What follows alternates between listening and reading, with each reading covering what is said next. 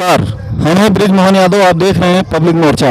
साथियों, इस समय हम दिलासीगंज कस्बा ग्राम सभा में हैं। तो साथियों, जैसा कि आप देख रहे हैं कि यहाँ पर अभी इंडिया गठबंधन के प्रत्याशी श्री लालजी वर्मा जी का यहाँ पर प्रोग्राम चल रहा है। हमारे छोटे भाई एक तरकारी युवा नेता संदीप भाई सनी जी, राम प्रदेश यादव जी उपस्थित, आप सभी बुजुर्गगण नौजवान साथियों, आप सभी के चरणों में सादर प्रणाम करते हुए हम ये बताना चाहते हैं कि आज यह चुनाव आम लोकसभा का चुनाव नहीं है। यह चुनाव देश के संविधान और लोकतंत्र को बचाने का चुनाव है कि जो बाबा भीमराव अंबेडकर द्वारा रचित संविधान है, आज उस संविधान को बदलने की बात की जा रही है। और जिस तरीके से गुजरात से आए हुए दो महाठगों के द्वारा इस भारत देश में पूर्ण रूप से हर एजेंसियों पर कब्जा कर लिया गया है, सुप्रीम कोर्ट से लेकर के हाई कोर्ट तक, चुनाव आयोग से लेकर के ईडी सीबीआई सबका दुरुपयोग किया जा रहा है, इसका मुंहतोड़ जवाब देने का समय आ गया है। आज अगर इनकी सरकार कहीं गलती से भी बनती है तो लोकतंत्र को एक खत्म कर देंगे और संविधान को खत्म कर देंगे। लोग कहते हैं कि गोसाईगंज विधानसभा में इनके साथ कुछ विधायक सांसद नहीं है, कुछ गणमान्य नेता नहीं है। गोसाईगंज विधानसभा का चुनाव आम जनता लड़ रही है, और जो चुनाव आम जनता लड़ना शुरू कर देती है उस चुनाव को कोई फेल नहीं कर पाता, क्योंकि यह ताकत आप लोगों की दी हुई है, जो लोग विधायक और बनकर के जिला पंचायत सदस्य घूम रहे हैं। माननीय मंत्री जी हम लोगों के बीच में पहुंच चुके हैं। आपका बहुत ही बहुत हार्दिक स्वागत, वंदन और अभिनंदन। माननीय लालजी वर्मा इंडिया गठबंधन, माननीय लालजी वर्मा समाजवादी पार्टी, माननीय लालजी वर्मा इंडिया गठबंधन, माननीय लालजी वर्मा समाजवादी पार्टी, माननीय लालजी वर्मा समाजवादी पार्टी। आज हम लोगों के बीच में हम लोगों के लोकप्रिय नेता, इस क्षेत्र के जन जन के नेता बड़े भैया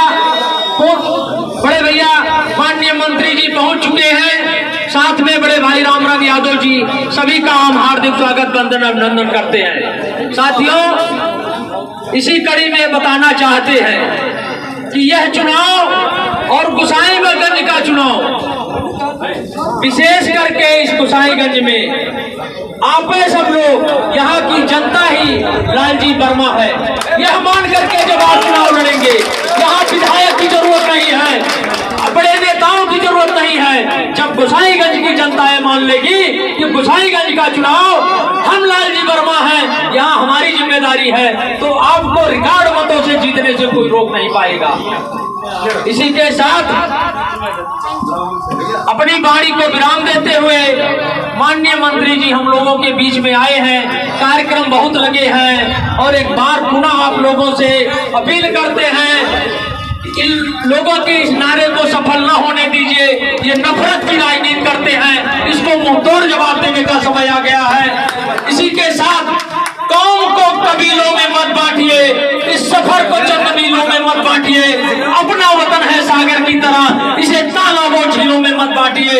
एक बार पुनः आप लोगों से कहा वंदन और अभिनंदन। हाँ, जय हिंद, जय भारत, जय समाजवाद। धन्यवाद आदरणीय सुनील सिंह जी, बहुत ही जोरदार तरीके से आपने अपने विचारों को रखा। आदरणीय सुनील सिंह जी, अब हमारे बीच में आदरणीय जगन्नाथ पाल जी हैं, भाव है, और हम आप सबकी आदरणीय मंत्री जी को ही सुनना चाहते हैं। तो हम चाहते हैं एक बार जोरदार नारा के साथ मंत्री जी का आगाज किया जाए। लालजी वर्मा संघर्ष करो, लालजी वर्मा संघर्ष करो, जोर जुलूम के टक्कर में, जोर जुलूम के टक्कर में संघर्ष हमारा नारा खड़ा है। अखिलेश यादव जिंदाबाद, राहुल गांधी जिंदाबाद, आजम खान अखिलेश यादव, इंडिया गठबंधन जिंदाबाद। अब आदरणीय मंत्री जी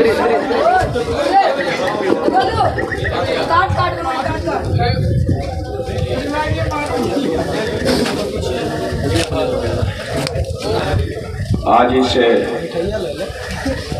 दिलासीगंज सेक्टर की मीटिंग में हमारे बीच में उपस्थित वरिष्ठ समाजवादी पार्टी के नेता डॉक्टर यादव जी, भाई राम रंग यादव जी, भाई राम बच्चन सैनी जी,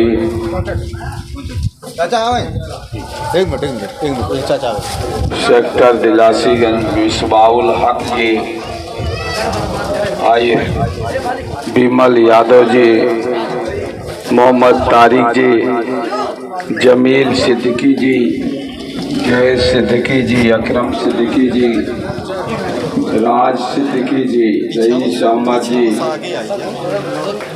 एजाज अहमद जी, स्वामी प्रसाद यादव जी, सुनील सिंह जी, पारसनाथ यादव जी, रामशाह यादव जी, कयामुद्दीन सिद्दीकी जी, आलोक यादव जी, अच्छेलाल विश्वकर्मा जी, अखंड प्रताप कोरी जी, राजेश सैनी जी,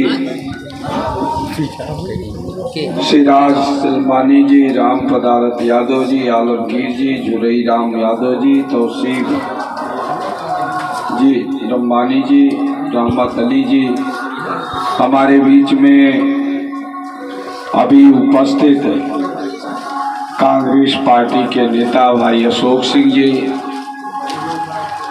इस गांव के सभी सम्मानित पिता तुम बुजुर्गों, भाइयों, नौजवान दोस्तों, आप लोगों के बीच में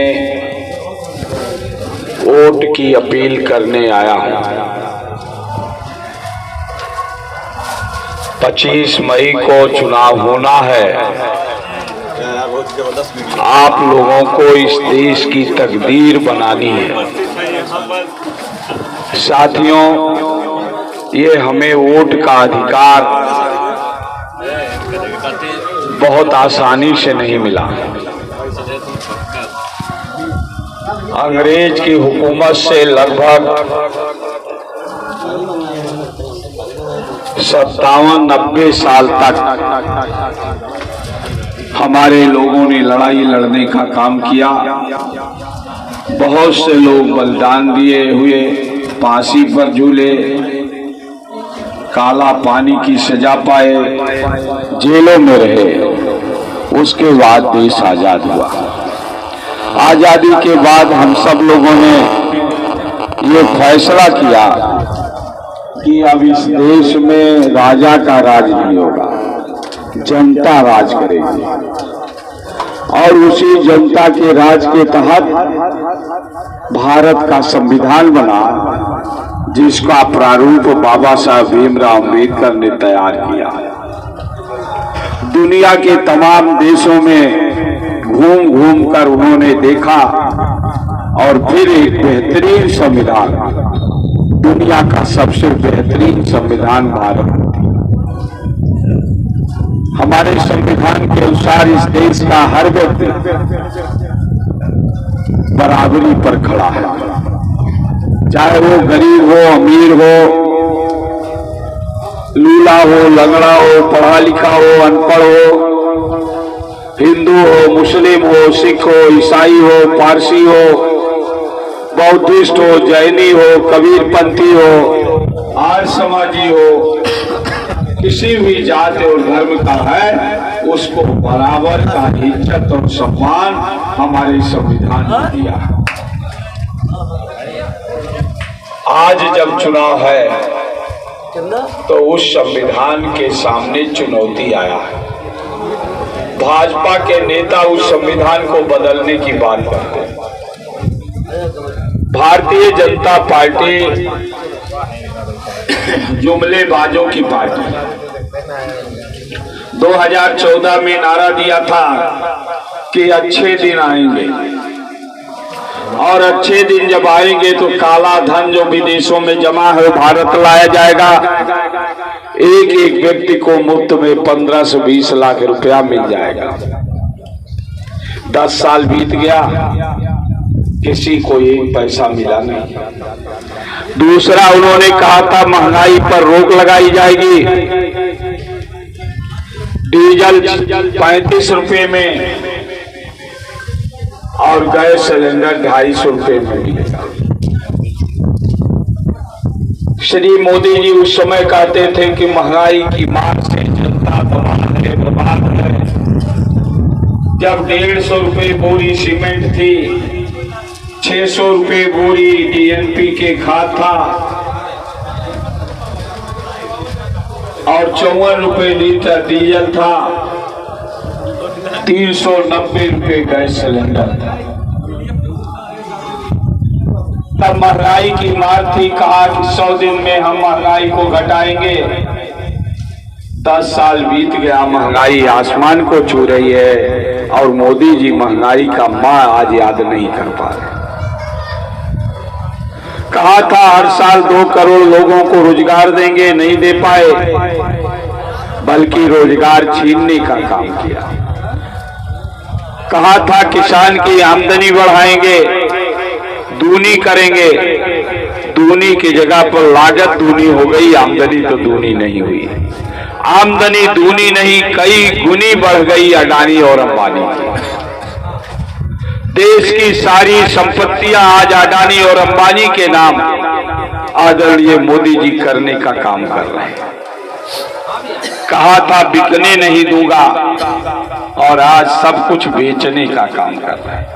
लाल किला अडानी का हो गया, एयरपोर्ट अडानी का हो गया, ट्रांसमिशन लाइन अडानी का हो गया।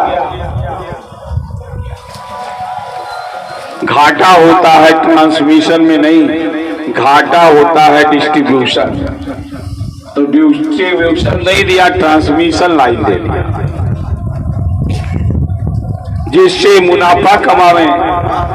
और आज अडानी जो पहले 300वें नंबर पर थे मोदी जी के आने के पहले, आज दुनिया में दूसरे नंबर पर पहुंच गए। आज 10 साल बाद जब मोदी जी वोट मांगने आ रहे हैं तो अपनी उपलब्धि का बखान नहीं कर रहे। आज सिर्फ 10 साल बाद भी कांग्रेस की और समाजवादी पार्टी की बुराई कर रहे हैं। ये कह रहे हैं, अब कह रहे हैं कि हम विकसित भारत बनाएंगे। विकसित भारत यात्रा हर गांव में चला। भाजपा के नेता आके भाषण दिए और कहा कि 2047 तक विकसित भारत होगा। अब की 100 दिन का सपना नहीं दिखा रहे हैं, अब की 30 साल का सपना दिखा रहे हैं। और उनके एक आर्थिक सलाहकार हैं, उन्होंने कहा कि अगर विकसित भारत बनाना है तो संविधान को बदलना पड़ेगा। उनके तमाम सांसदों ने, अनंत हेगड़े, ज्योति मिर्धा, अरुण गोविल, बाबू लल्लू सिंह जैसे लोगों ने कहा कि 400 सीट इसलिए चाहिए जिससे हम संविधान बदल सकें। हमारा जो बेहतरीन संविधान है, जिसमें हमें वोट का अधिकार है, बराबर के आधार पर वोट का अधिकार है, और उसी वोट के अधिकार के कारण हमारी आपकी इज्जत और सम्मान है। हमें लोग पूछने आते हैं तो उसी वोट के बदौलत आते हैं। अगर ये वोट का अधिकार ना होता तो आपको हमें पूछने लोग न आते। और आज उस संविधान को बदलकर गैर बराबरी वाला संविधान लाना चाहते हैं, मनु वाला संविधान लाना चाहते हैं। इसलिए आप सभी लोगों से मैं केवल इतना अपील करना चाहता हूं कि अगर आप सब लोगों को भारत का संविधान बचाना चाहते हैं, अपनी आजादी बचाना चाहते हैं, अपने वोट का अधिकार बचाना चाहते हैं, लोकतंत्र बचाना चाहते हैं, सर्वधर्म समभाव की ध्वनि चाहते हैं, तो इस चुनाव में भारतीय जनता पार्टी को सत्ता से उखाड़ फेंकिए, ये अपील करनी है। सहमत है भाई आप लोग? जरा हाथ उठाकर बताइए।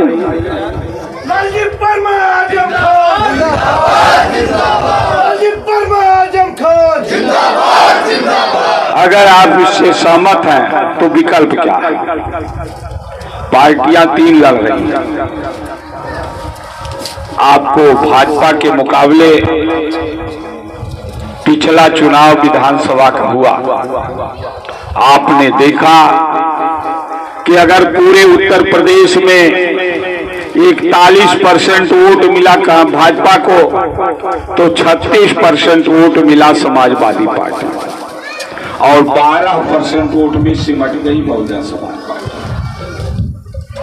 अगर भाजपा को हराना है तो सपा को मजबूत करना होगा। इसलिए आप सब लोगों से अपील है कि भाजपा को हराने के लिए, बाबा साहब के संविधान को, लोकतंत्र को बचाने के लिए 25 मई को साइकिल का बटन दबाकर भाजपा की विदाई कर दीजिए, ये अपील करने आया। जहां तक मेरा सवाल है, आदरणीय श्री अखिलेश यादव जी ने मुझे उम्मीदवार बनाया है। मैं बगल की सीट कटहरी से मेले हूं और काफी अरसे से, पहले टांडा से था, वो टांडा वाला क्षेत्र कटहरी में जुड़ गया, तब से कटहरी से हूं। कोई यहां से, हमारा घर बहुत दूर नहीं है, 15 किलोमीटर 16 किलोमीटर होगा। ये जो पौसरा माइनर है वो हमारे घर होके जाती है।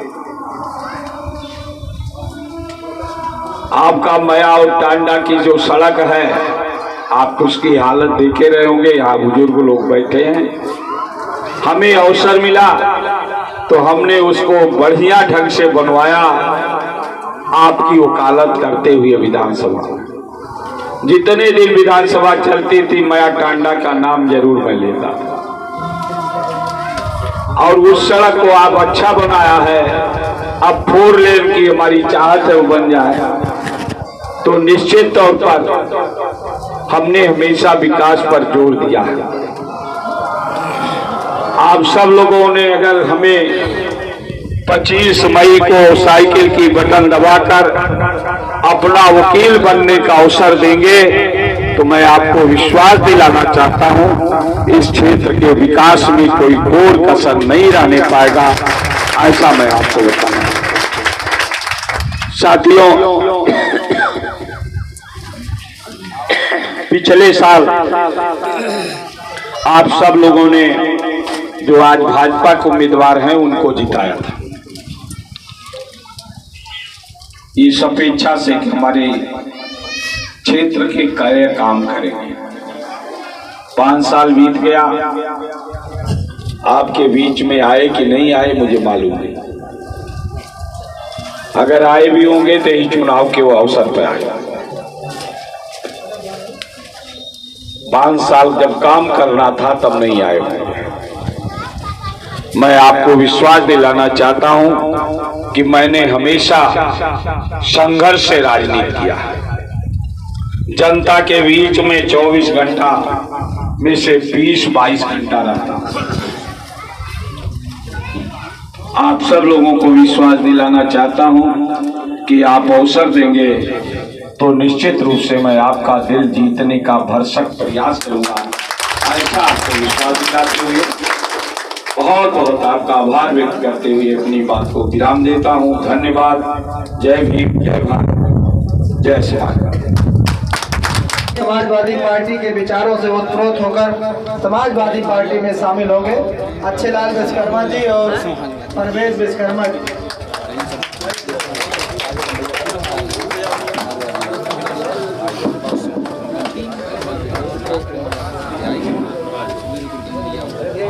मोदी जी की नीतियों से नाराज होकर आज इंडिया गठबंधन प्रत्याशी आदरणीय लालजी वर्मा जी के समक्ष समाजवादी पार्टी जिंदाबाद जिंदाबाद लालजी वर्मा आजम खान जिंदाबाद जिंदाबाद लालजी वर्मा राहुल गांधी जिंदाबाद जिंदाबाद।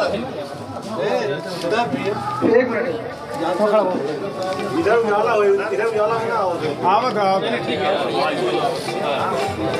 राहुल गांधी अखिलेश यादव जिंदाबाद जिंदाबाद राहुल गांधी अखिलेश यादव जिंदाबाद जिंदाबाद लोक संघ लालजी वर्मा जिंदाबाद जिंदाबाद। चलिए